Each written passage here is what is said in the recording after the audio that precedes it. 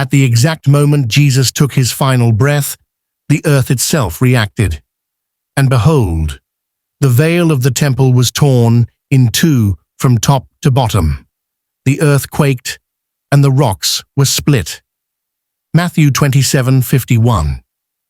This wasn't just a natural disaster. It was a divine announcement, a shaking that reached beyond the physical world, deep into the spirit realm. When Jesus cried, "It is finished," heaven heard it, hell felt it, and earth responded. The ground trembled because creation recognized its Creator's sacrifice. The very laws of nature bowed as the blood of the Son of God touched the dust of the world He made.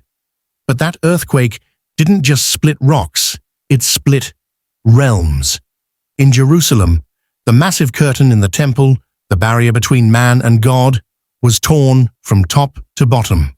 It was heaven's declaration that access to God was now open. No more separation. No more priests standing between you and your Maker. The shaking symbolized the breaking of an ancient divide.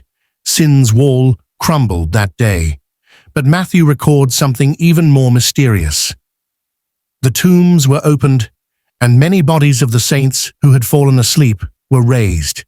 Yes, at that very hour, the power released from Christ's death reached into the realm of the dead. It shattered the gates of Sheol. It was as if heaven's lightning struck through death's domain, pulling out the righteous who had long awaited redemption. What the world saw as tragedy was actually the greatest spiritual victory ever unleashed. The earthquake marked a transition point, from law to grace, from death to life, from condemnation to freedom. The earth trembled because the curse was breaking. Hell trembled because its chains were snapping. And heaven rejoiced because the way home was finally open. So when you hear of that great earthquake at Calvary, remember, it wasn't destruction, it was awakening. The shaking that day still echoes in eternity, because when Jesus died, the world didn't end, it began again. Subscribe for more biblical mysteries and faith-revealing insights.